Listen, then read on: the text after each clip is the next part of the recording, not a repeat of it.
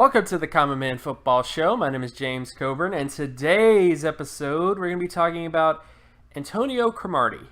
And the reason why is because a lot of you guys have been asking about outliers. You know, make a video about an outlier. Make a video about a guy who you consider to be an outlier. And I figured there was, starting with cornerbacks, because I don't do a lot of cornerback videos, but I figured let's do Antonio Cromartie, because to me, Antonio Cromartie is somewhat of an outlier. He had lots of positives in his profile, don't get me wrong, and we'll go into all the positive data traits.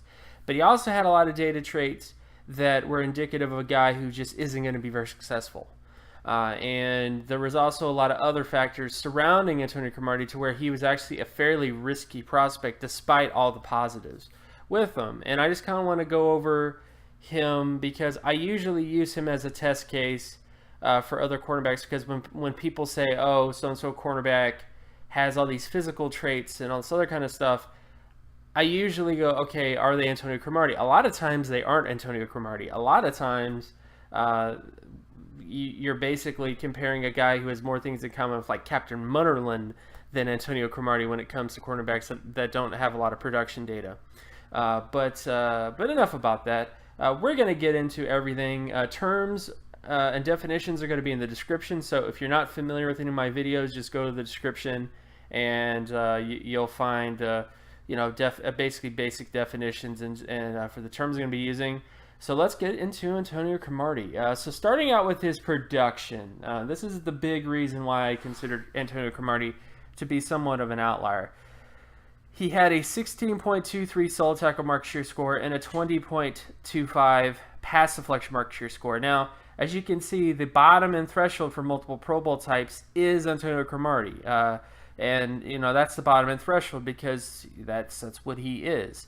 But the reason why I consider him to be an outlier is when you look at the averages of the position. So when you look at the average number of solid tackle market share for an all-pro guy, he doesn't fit that. Nor does he hit the multiple Pro Bowl averages of pass deflection data. Nor does he hit nor does he hit the averages of the pass deflection data. Nor does he hit the averages, of any of those areas in terms of All-Pro, Pro Bowl. So he, based on his data, he does hit the bottom end threshold because he basically created this threshold. However, he to me is sort of a test case, a very unique case, I guess is the best way to put it, because there's just one guy like him. That's it, Antonio Cromartie. That's it, and a big reason for this is because he was a very young player. He did not start a ton the year prior before getting drafted. And then in the year that he actually did play some, he was battling injuries, So there are some excuses, but that's the biggest thing for him is that he's a guy that did not play a ton, was a very young player that was just starting to get into his prime, and then he just didn't produce a ton because of injuries. He had a lot of injuries in terms of some injuries that required extensive rehab as well at Florida State. So from that kind of perspective, that's kind of the context that we're talking about here as to why. Like, there's a reason why he wasn't productive, and that was the reason. But there isn't any other cornerbacks who produced like this and went on to become a Pro Bowl player either. So that's kind of why I consider him to be an outlier from that kind of perspective. But where I don't consider him to be an outlier is when it comes to the other traits involved with him. So when you look at his athleticism traits, he had a 96.71 explosive body strength score, a 81.40 speed score, and a 90.47 flexibility score.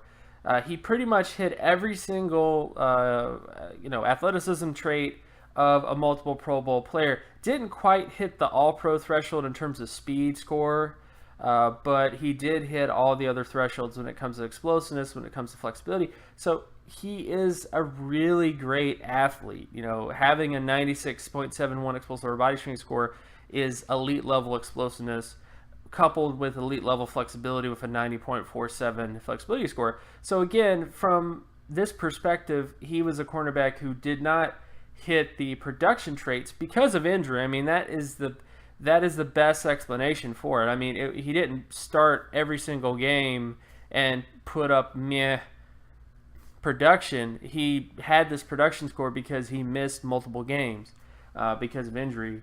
But when you look at his athleticism testing, off the charts. And then you actually look at his actual, size and length. He was 6'2", 208 pounds with 33-inch arm length.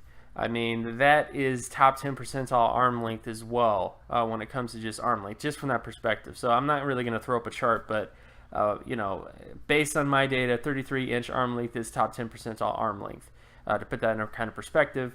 And based on all my data, since the 1999 NFL draft class, 100% of multiple All-Pro cornerbacks had at least 32-inch arm length.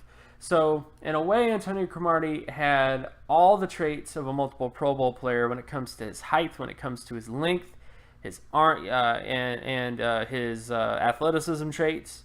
And from that kind of perspective, you can kind of see why he ended up being a successful player, because he had all of these positive traits when it comes to athleticism and all this other kind of stuff.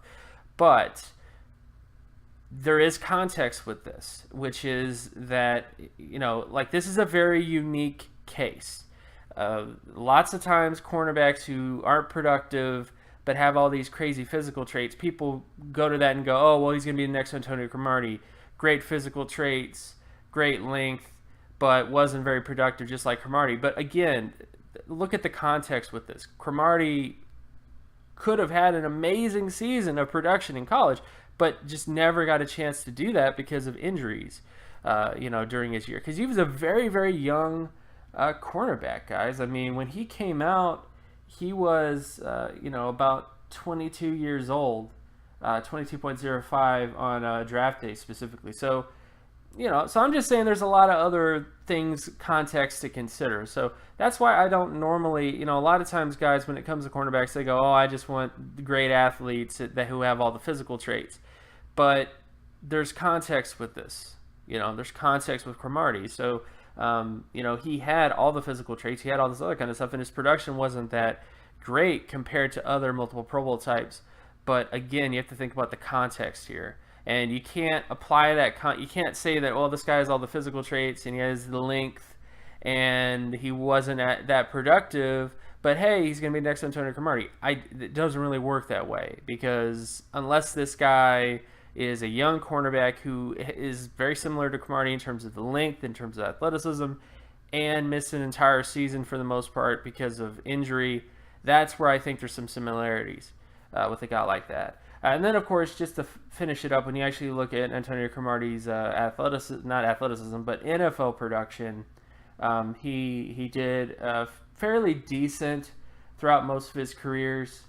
For the most part, had never had a 90+ percentile impact year, but definitely had a lot of 80+ years and all that other kind of stuff.